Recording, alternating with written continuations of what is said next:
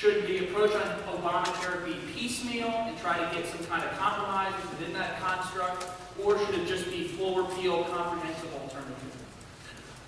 The solution for Obamacare and its replacement is an all-of-the-above approach. And we saw that play out over the course of the government shutdown. And what we saw was a Republican House that attempted to negotiate really either a delay in the individual mandate or piecemeal approaches to solve some of the biggest challenges in Obamacare. And what we saw was a president and a Democrat Senate that was unwilling to even enter into the discussion.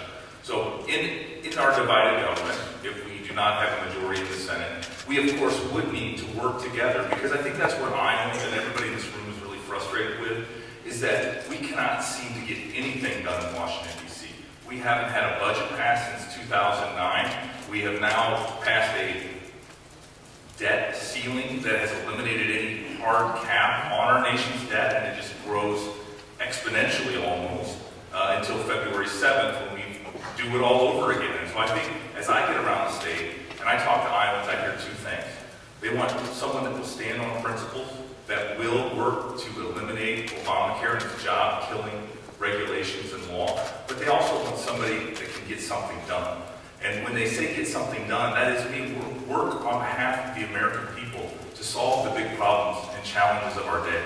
And right now, those big challenges are debt and deficits, they are Obamacare, and they are the economy and jobs. And so as a United States Senator, I will go there with an open mind, but I will certainly stand on principle. And one of the principles I stand on, as a small business owner, I know exactly how painful Obamacare is to my small businesses, and I know how painful it is to someone that I just talked to today, Tammy, telling me that she had, the first time in her life, had economic uncertainty about the future for a job. And those are the kind of people that I'm going to fight for. Thank you, Matt. Same question, Scott Shea. Thank you very much. I'm also all of the above approach. If you look at how the Democrats are handling their part of it right now, they're going the piecemeal approach. They're taking the employer mandate, they're saying that, oh, we can just put that behind for about another year. Give it a couple months and who knows, maybe the individual mandate will be next, who knows, maybe the entire thing will be pushed back a year if you can't even get this website. If I was to win this election, I would go for the full repeal and then start over piecemeal. This thing it's a well-intended train wreck. It's got great intentions. We're not trying to deny anybody health care, but at the same time, we're trying to do it in a sensible fashion. As a Republican, this is something that we have to look at as a major opportunity for our party. Right now, you have 6 Republicans on stage. It's taking up the majority of this debate. This is something that we're going to be able to carry into the 2014 elections. Any person that voted for this piece of legislation, they need to be held accountable in 2014. And that's a win-win for the Republicans because not a single Republican voted for it. So this is something that we need to do. We need to take the leverage from this and hold the people accountable that voted for it and use it as an opportunity to expand our party and expand our presence in Washington. Thank you, Scott. Sam Close. Nobody in here has mentioned the fact that the last person to speak for this bill before it was passed was Bruce Braley, our presumed opponent. And I just want to make a comment that anyone in this room would be more competent than the presumed Democratic candidate. The issue here we're talking about, I want to talk about, if you want to talk about compromise, I have often said, and I've said out on the stuff, and I've talked about this in my campaign, I will compromise with anyone who has the best interest of this nation at heart. I will compromise and work with anyone who will determine what the best interest of this country is, because the only special interest in America, not represented in our Congress, is you. We have to take a look at what's going on here. And if compromise is what we saw in this last deal that we saw here, what kind of leadership led to that? A $2 billion carve-out for the minority leader in the United States Senate? A set-aside for the widow of the wealthiest human being ever to serve in the United States Senate? Is that compromise? Is it compromise kicking the can down the road? Is that the compromise that Iowans want from their next senator? Compromise. Well, compromise on those things that matter to Iowans. Because if you do what is best for the nation, you will do what is best for Iowa. No one in Washington ever talks about outcomes or consequences. They only talk about output and counting and keeping track of things.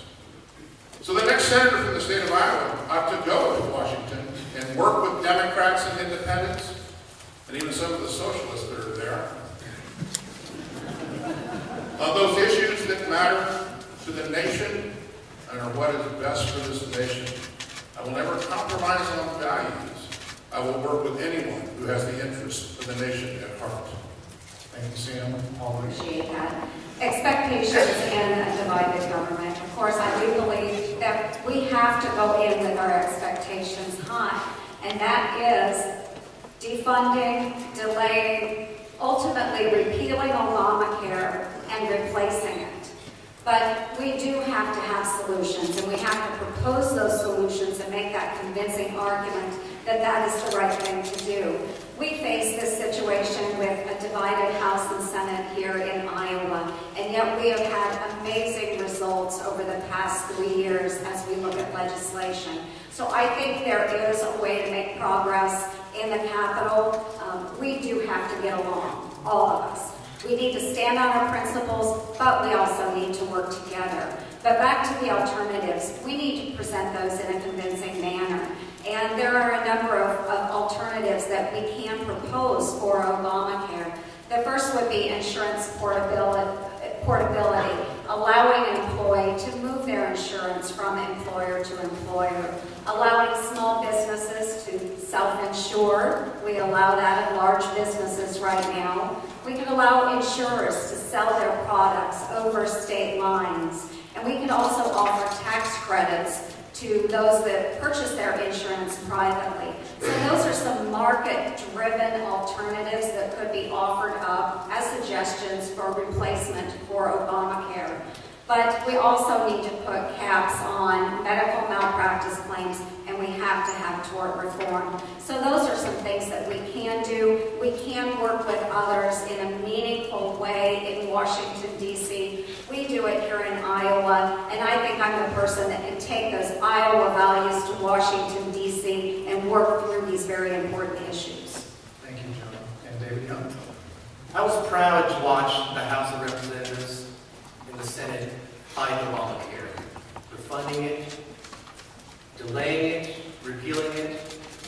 You know, Ted Cruz was on the floor for 21 hours. And it was so nice to see, finally, the Senate deliberating after Harry Reid and the Democrats had logjammed for 5 years. So that was great, but we need to do more of that. But you know, we need an all-above approach, like everybody said. But this law may fall under its own weight. I mean, we may not have to defund it or repeal it or anything like that. This law is so complicated. And there are over 1,600 more rules and regulations, delegations of authority that are going to come out, that are going to be implemented because of this law. And who knows what that stuff is going to be. And we have the IRS involved in this as well. And that will be removed by the consumers and Americans. So, all of the above approach, I'll work with anybody to get rid of it too. But we do have to replace it with market-driven solutions. You know, the state barriers, dropping those lines, tort reform.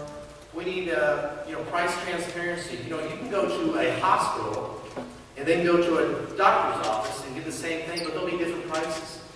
We need to see what's going on with our healthcare. You know, you know what you're paying for when you go to a veterinarian, but when you go to a doctor's office, you have no idea what you're paying for. And many times, what you're paying for is paid for by tax dollars by Medicare. Taxpayers need to know what those prices are at the hospital and at the doctor's office. Thank you.